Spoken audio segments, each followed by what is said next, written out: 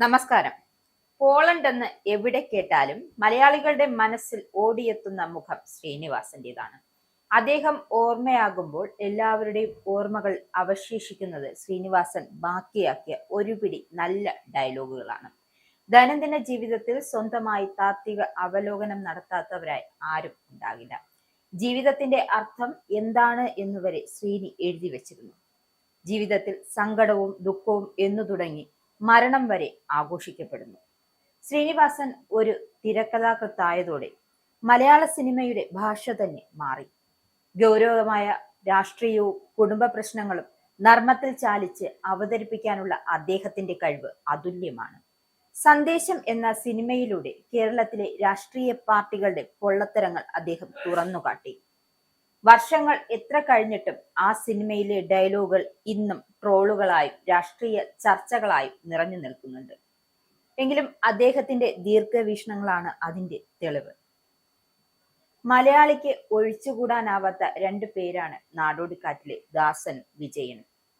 തൊഴിലില്ലായ്മ പ്രവാസവും പ്രമേയമായ ആ ചിത്രങ്ങൾ മലയാള ജീവിതത്തിന്റെ, അതായത് മലയാളി ജീവിതത്തിന്റെ നേർക്കാഴ്ചയായിരുന്നു. മോഹൻലാലും ശ്രീനിവാസനും തമ്മിലുള്ള കെമിസ്ട്രി മലയാള സിനിമയിലെ സുവർണ കാലഘട്ടമായിരുന്നു. സ്വയം താഴ്ത്തിക്കെട്ടിക്കൊണ്ട് മറ്റുള്ളവരെ ഉയർത്തുന്ന ശ്രീനി സ്റ്റൈൽ തമാശകൾ അദ്ദേഹത്തെ കൂടുതൽ ജനപ്രിയനാക്കി. സിനിമയിലെ ഗ്ലാമർ ലോകത്തു നിന്നും അകന്നുമാറി തന്റെ മണ്ണിലേക്ക് തിരിച്ചുപോയ ഒരു കർഷകൻ കൂടിയാണ് അദ്ദേഹം.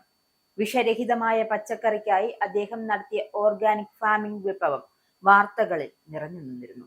ആരോഗ്യത്തെക്കുറിച്ചും ഭക്ഷണത്തെക്കുറിച്ചും അദ്ദേഹം പങ്കുവച്ച ചിന്തകൾ പലപ്പോഴും ചർച്ചകൾക്കും വിവാദങ്ങൾക്കും വഴിതുറന്നുവെങ്കിലും താൻ വിശ്വസിക്കുന്ന സത്യങ്ങൾ വിളിച്ചു പറയാൻ അദ്ദേഹം ഒട്ടും മടി കാണിച്ചില്ല. ശ്രീനിവാസൻ വെറുമൊരു നടനോ എഴുത്തുകാരനോ മാത്രമല്ല, അദ്ദേഹം മലയാളികളുടെ മധ്യവർഗ ബോധത്തിന്റെ മനസ്സാക്ഷി കൂടിയാണ്. രോഗാവസ്ഥയിലും തന്റെ തമാശയും ചുറുചുറുക്കും വിടാതെ അദ്ദേഹം ക്യാമറയ്ക്ക് മുന്നിലെത്തുന്നത് കലയോടുള്ള അദ്ദേഹത്തിന്റെ അടങ്ങാത്ത അഭിനിവേശം കൊണ്ടായിരുന്നു. തന്റെ കുറവുകളെ കുറിച്ച് അഹങ്കരിക്കുകയും മറ്റുള്ളവരുടെ കാപട്യങ്ങളെ ചിരിച്ചുകൊണ്ട് തകർക്കുകയും ചെയ്യുന്ന ആ വിദ്യയെ നമുക്ക് ശ്രീനിയുടെ സൂത്രമെന്ന് വിളിക്കാനാകൂ. ശ്രീനിവാസൻ എന്ന മഹാപ്രതിഭയുടെ ശരീരം മാത്രമേ ഈ ലോകം വിട്ടുപോകുന്നുള്ളൂ. അദ്ദേഹം ജീവൻ നൽകിയ നിരവധി കഥാപാത്രങ്ങളും ആശയങ്ങളും എന്നും കരുത്തുറ്റ ജീവനുള്ളവയായി തുടരും.